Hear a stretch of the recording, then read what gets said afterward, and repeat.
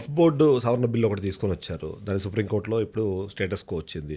దాని నుంచి ప్రజల దృష్టిని మరల్చడానికి అందుకనే ఈ హిందువులను మాత్రమే కాల్చి చంపారు. హిందువులను కాల్చి చంపారు కాబట్టి వాళ్ళు ముస్లింలు అయ్యే అవకాశం ఉంది.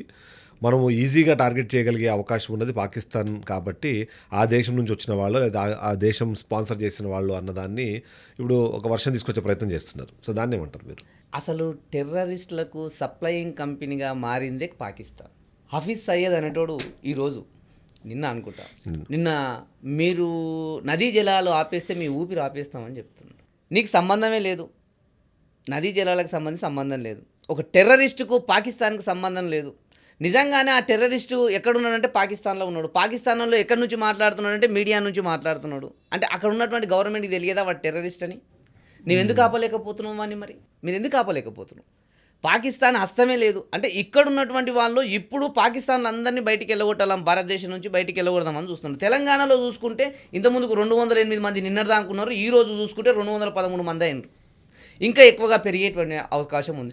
వీళ్ళందరూ పాస్పోర్ట్ ద్వారా ఇండియాకి వచ్చి బిజినెస్ చేసుకోవడానికో లేక మెడికల్ ట్రీట్మెంట్ కోసమో లేదా ఏదో పని మీద వచ్చిన వాళ్ళు, అఫీషియల్గా వచ్చిన వాళ్ళు. అన్అఫీషియల్గా ఉన్న వాళ్ళు ఎంతమంది ఉన్నారు, ఎంతమందిని గుర్తించగలుగుతున్నాము?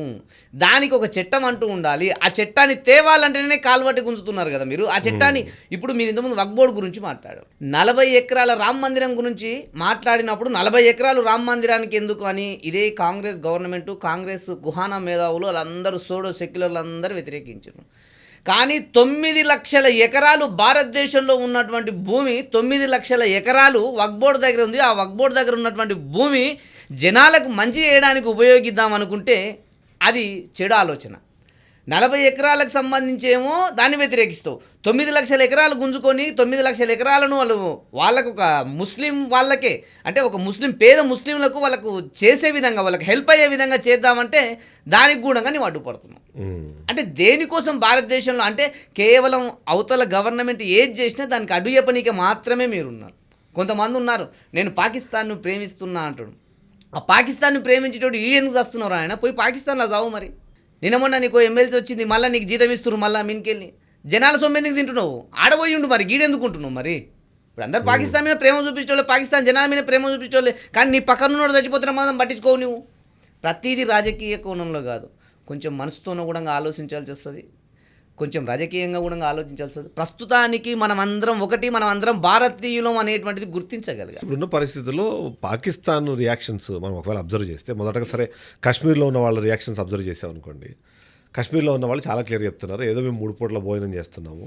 ఇప్పుడు ఇలాంటి ఉగ్రదాడి చేయడం ద్వారా ఒక 3 నెలల పాటు ఉండే ఒక టూరిజం సీజన్ని నాశనం చేస్తున్నారు, తర్వాత మేము ఎలా బతకాలి అని పాకిస్తాన్తో సహా ఇప్పుడు వాళ్ళు వ్యతిరేకించే పరిస్థితి కానివ్వండి, వ్యతిరేకించడానికి బూతులు తిడుతున్నారు వాళ్ళు. అది ప్రస్తుతం సిచ్యువేషన్. సో అది ఒక రకంగా చెప్పాలి అంటే భారత్ సాధించిన ఒక ప్రగతిలాగా దాన్ని చూడాలంటారా? సార్, ఒకటి మనం ఇక్కడ సివిలియన్స్కు సంబంధించి మనిషి కోరుకునేది ఒక మంచి గుడ్డ, ఇంత తిండి, ఒక గూడు, దానికి సంబంధించి ఒక మనిషి కోరుకుంటున్నాడు. ఆ మినిమం ఆ ఉన్నటువంటి 3 కూడా లేనప్పుడు వానికి దేశం ఏంది, ప్రాంతం ఏంది, డబ్బులు ఏంది, పాకిస్తాన్ వాడు ఏంది, భారతదేశం వాడు ఏంది? ఆ 3 ఉన్నప్పుడు, ఆ 3 సరిగ్గా ఉన్నప్పుడే వేరే దాని గురించి ఆలోచన ఏర్పడుతుంది మనిషికి. ఆ 3 కోసము ఇక్కడ కాశ్మీర్లో పర్యాటక కేంద్రంగా మారిస్తే కొన్ని 100 కోట్ల రూపాయలు అక్కడ సృష్టించబడుతున్నాయి. చాలామంది బతుకుతున్నారు. మనము ఈ 370 ఆర్టికల్ ఎత్తేసినప్పటి నుంచి కూడా అక్కడ జరుగుతున్నటువంటి డెవలప్మెంట్స్, అక్కడ వేస్తున్నటువంటి రహదారులు అద్భుతం. అతి కొద్ది రోజుల్లో ఖచ్చితంగా ఒక 5 నుంచి 10 ఏళ్లలో చాలా అద్భుతంగా మారేటువంటి అవకాశం ఉంది. పెద్ద పెద్ద హోటల్స్ కూడా, పెద్ద వాళ్ళు వచ్చి హోటల్స్ కట్టేటువంటి అవకాశం కూడా అక్కడ ఉంది. ఇప్పటికే వాళ్ళతో సంబంధాలు పెంచుకున్నారు, అవి నడుస్తున్నాయి, హోటల్స్ కూడా ప్రిపరేషన్ నడుస్తుంది. కానీ ఇప్పుడు నిజంగానే ఒక సివిలియన్గా నేను కోరుకునేది ఏంటంటే అక్కడ జనాలు ఇబ్బంది పడుతున్నారు అనేటువంటిది పక్కన పెడితే, జనాలు ఎక్కడి నుంచి మనం ఏదైతే ఆక్రమిత కాశ్మీర్ అనేటువంటిది ఉందో ఆ ఆక్రమితమైన కాశ్మీర్ని ఇదే మూమెంట్తోన మనం గుంజుకోగలిగితే, మన భారతదేశంలో కలుపుకోగలిగితే, ఆడికి గోడ కట్టేయగలిగితే మనం హ్యాపీగా ఉండొచ్చు. రెండవది, ఇప్పుడు నేను ఒక వాల్ గురించి మాట్లాడాను. వెస్ట్ బెంగాల్లో మన బంగ్లాదేశ్ నుంచి వస్తున్నటువంటి చొరబాటుదారులని వెస్ట్ బెంగాల్లో నిర్వహింపజేయడానికి 450 కిలోమీటర్లు అనుకుంటా ఒక వాల్ కడతానంటే అక్కడ ఉన్నటువంటి మమతా బెనర్జీ గవర్నమెంట్ ఒప్పుకోవడం లేదు ఒక వాల్ కట్టడానికి. ఎందుకు ఒప్పుకోవడం లేదు? దాని గురించి ఎవ్వరూ మాట్లాడరు. మళ్ళా సంఘటన జరిగింది, ఇంకో సంఘటన కూడా మన భారతదేశంలో అటువంటి సంఘటనలు జరగొద్దు అనేటువంటి ఉద్దేశంతో వాళ్ళు కడతానంటే ఎవరు ఒప్పుకోలేదు, దాన్ని బయటికి మాట్లాడరు, దాని గురించి ఎవరు మాట్లాడరు. మీకు దమ్ము ధైర్యం ఉంటే దాని గురించి మాట్లాడండి. ఆ మమతని ఒప్పియండి. మీరు వెళ్ళి మీ దాంట్లో ఇండియా కూటమిలోనే ఉన్నది, మమతను ఒప్పియండి. ఒప్పించిన తర్వాత అప్పుడు మోడీ గారి గురించి మాట్లాడండి, బీజేపీ గవర్నమెంట్ గురించి మాట్లాడండి. ఇవన్నీ చేయకుండా ఏదో నోటికొచ్చింది మాట్లాడేసి ఒక సివిలియన్ చనిపోతే మినిమం కట్టసి లేకుండా మాట్లాడుతున్నటువంటి ఎదవలకు ఇంకంతకన్నా అది మరో ఇంక వాళ్ళని కుక్కలతో కూడా పోల్చొద్దు నా దృష్టిలో. అది ఇప్పుడు భారతదేశం సరే కంపారిటివ్లీ పాకిస్తాన్తో పోలిస్తే చాలా స్ట్రాంగ్ పొజిషన్లో ఉంది. ఇవాళ నిజంగానే యుద్ధం అనివార్యమైన మన శక్తి ముందు వాళ్ళు తట్టుకోలేరన్న విషయం వాళ్ళు కూడా చాలా క్లియర్గా తెలుసా, మేకపోతు గాంభీర్యమని అర్థమవుతుంది. తినడానికి తిండి లేని పరిస్థితుల్లో ఇలాంటి కార్యక్రమాలకి సరే వాళ్ళకి తెలిసి జరిగిందా తెలియక జరిగిందా, ఒక ఉగ్రదాడి అయితే జరిగింది, దాన్ని ఖండించడం మానేసి అక్కడ కూడా వాళ్ళు ఏదో ఇంకా కింద పడ్డ పై చేయి మాదేని చూపే ప్రయత్నం పాకిస్తాన్ చేస్తుంది కదా, దాన్ని ఎలా చూడంటారు మీ విశ్లేషణ ఏంటి దానిపైన? అసలు యాక్చువల్గా సార్ అక్కడ ఉన్నటువంటి అంటే విచిత్రం ఏంటంటే అక్కడ ఉన్న పాక్ ఆర్మీ చీఫ్ కానీ అక్కడ ఉన్న ఎక్కువ ఇద్దరు మినిస్టర్లు మాట్లాడిన వాళ్ళు ఏం మాట్లాడుతారంటే, అవును మొత్తం ఉగ్రదాడులు మొత్తం మా ఉగ్రవాదులు మొత్తం మా నుంచి తయారైన మాదే తప్పని ఒకటి మాట్లాడతారు. అసలు మాకు సంబంధమే లేదు ఉగ్రవాదులతో. అంటే అసలు అక్కడ ఉన్నటువంటి నేనేమనుకుంటున్నా అంటే అక్కడ ఉన్నటువంటి రాష్ట్రాలలో ఒక సుస్థిరత అనేటువంటిది లేదు.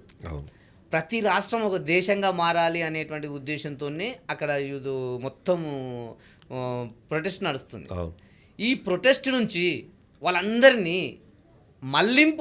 మళ్లించాలి అంటే భారతదేశం పైన ఒక బూచి చూపించి, భారతదేశం పైన యుద్ధం అనేటువంటి ఒక బూచి చూపించి ఈ యొక్క వాళ్ళ దృష్టి మొత్తం పాక్ ఆర్మీకి, పాక్లో ఉన్నటువంటి జనాలు వాళ్ళ ఆర్మీకి ఖచ్చితంగా హెల్ప్ చేయాలి అనేటువంటి ఉద్దేశంతో ఇటువంటి దాడులకు తెగబడ్డారు అనేటువంటి విషయం కూడా మనం అనుకోవచ్చు. అక్కడ ఉన్నటువంటి సుస్థిరత. ఇంట్రెస్టింగ్ పాయింట్ చెప్పను మీకు. ఆ బలూచిస్తాన్ ఒక చిన్న ప్రాంతం ఉంటుంది, దానివల్ల మాకు సపరేట్ దేశం కావాలని ప్రయత్నిస్తుంటే ఆ చిన్న ఆర్మీని ఎదుర్కోలేక ఇవాళ వాళ్ళు అక్కడ చతికిలు పడుతున్నారు. మరోవైపు ఆఫ్ఘనిస్తాన్ నుంచి అక్కడ నుంచి తరిమేసిన తాలిబాన్లు అందరూ వచ్చి అటు సైడ్ నుంచి వచ్చి వాళ్ళు మాకు ఒక దేశాన్ని తయారు చేసుకుంటారని చెప్పి వాళ్ళు ప్రయత్నిస్తుంటే వాళ్ళని వెనక్కి పంపించలేని పరిస్థితుల్లో ఉన్నారు. ఇంత ఉన్నప్పుడు ఇంత స్ట్రాంగెస్ట్ ఒక ఎకానమీగా ఎదిగిన భారతదేశము, అంతేకాకుండా సొంతంగా టెక్నాలజీని తయారు చేసుకొని మన సొంత యుద్ధ విమానాలను తయారు చేసుకునే కెపాసిటీలో ఉన్న భారతదేశం మీదకి వస్తామని మాట్లాడడం అన్నది ఒక విశ్వగురు స్థానంలో మరికొద్ది రోజుల్లో మనం నిలబడిపోతున్నాం. ఖచ్చితంగా విశ్వగురువుగా భారతదేశం అనేటువంటిది విశ్వానికి మార్గదర్శకంగా మారేటువంటి అవకాశం ఉంది. 100% మారుతుంది కూడా. ఇక్కడ వాళ్ళ తప్పులని అక్కడ ఉన్నటువంటి సివిలియన్ అంటే పాకిస్తానీయులను ఎవరైతే ఉన్నారో, అక్కడ ఉన్నటువంటి జనాలు ఎవరైతే ఉన్నారో వాళ్ళ యొక్క ప్రొటెస్ట్ను తట్టుకోలేక దాన్ని దారి మళ్లించడానికి ఇటువంటి పనికిమాలిన పనులు చేసిందే తప్ప ఇంకో దానికోసం కాదు. ఒక సివిలియన్ చంపితే పాకిస్తాన్ వాళ్ళు కూడా ఏమొస్తుంది, కానీ వాడు హిందూ ముస్లిం అనేటువంటి గొడవలు పెట్టేసి దాన్ని మొత్తాన్ని వానికి అనుకూలంగా మార్చుకొని దాన్ని భారతదేశం వైపు మళ్లించాలని చూస్తున్నాడు. కానీ వాడికి కూడా ఇటువంటి చేయడం వల్ల వానికి లాభం కూడా ఏం లేదు వాస్తవానికి. ఎంతసేపు అక్కడ ఉన్నటువంటి యువతకు, అక్కడ ఉన్నటువంటి వాళ్లకు డబ్బులు ఆశ చూపి పరాయి దేశాల నుంచి వస్తున్నటువంటి ఆ డబ్బులకు ఆశపడి ఆ గన్స్ తయారు చేసేటువంటి కంపెనీలు అక్కడ పెట్టుకొని వాళ్ళ గన్స్ తయారు చేసి ఆ గన్స్నే ఈ యొక్క వీళ్ళకి ఇస్తూ, ఆ పాకిస్తాన్లో ఉన్నటువంటి ఒక అమాయక జనాల చేతికిస్తూ వాళ్ళలో ఒక జిహాద్ అనే దాన్ని ఏర్పాటు చేసి వాళ్ళని ఉగ్రవాదులుగా తయారు చేసి, మీరు సస్తే దేశం కోసం చచ్చారు, మీ మతం కోసం చచ్చారు, మీరు అల్లా ముందు హ్యాపీగా ఉంటారు, పైలోకంలో కూడా హ్యాపీగా ఉంటారని ఒక మైండ్ వాచ్ చేసి, అంటే వాళ్ళ అది మొత్తం టోటల్గా ఒక పనికిమాలిన వ్యవస్థను ఏర్పాటు చేసి ఆ పనికిమాలిన వ్యవస్థను దేశం మొత్తాన్ని ఇబ్బంది పెడుతున్నారు. ఖచ్చితంగా ఈ ఉగ్రవాదాన్ని, అది భారతదేశంలో ఉన్న, వేరే దేశాల్లో ఉన్న, పాకిస్తాన్లో ఉన్న ఈ ఉగ్రవాదాన్ని ఎప్పుడైతే సమూలంగా నాశనం చేయగలుగుతామో ఆ రోజు మాత్రమే ప్రపంచం హ్యాపీగా ఉండగలుగుతుంది, దేశం హ్యాపీగా ఉండగలుగుతుంది. ఈ ఉగ్రవాదాన్ని అడ్డుపెట్టుకొని కొన్ని రోజులు వాళ్ళు పాకిస్తాన్లో హ్యాపీగానే ఉన్నారు, కానీ ఇప్పుడు ఆ ఉగ్రవాదాన్ని తట్టుకోలేక వాళ్ళు ఏం చేయాలని అర్థం కాక తలలు పట్టుకుంటున్నారు అక్కడ ఉన్నటువంటి వాళ్ళు. అంటే ఎవరైతే పాలు పోసి పెంచిన విషయము కత్తి పట్టినోడికి ఆ కత్తికే బలైనట్టు, ఇప్పుడు ఎవడైతే పాలు పోసి పెంచుతున్నావు ఆ పాము నీకే తిరగబడుతుంది. వాడు ఇప్పుడు ఏం చేయాలని అర్థం కాక ఇవన్నీ చర్యలు చేపడుతూ ఉన్నాడు. ఖచ్చితంగా దీనికి 26 మంది చనిపోయిన దానికి భారతీయులకు ఖచ్చితంగా వాళ్ళకు సమాధానం దొరుకుతుంది. ఈ యొక్క చిన్న విషయంతోనే 26 మంది అనే చిన్నటువంటి విషయంతోనే జనాలు మొత్తం పాకిస్తాన్ పైన యుద్ధం చెయ్యాలి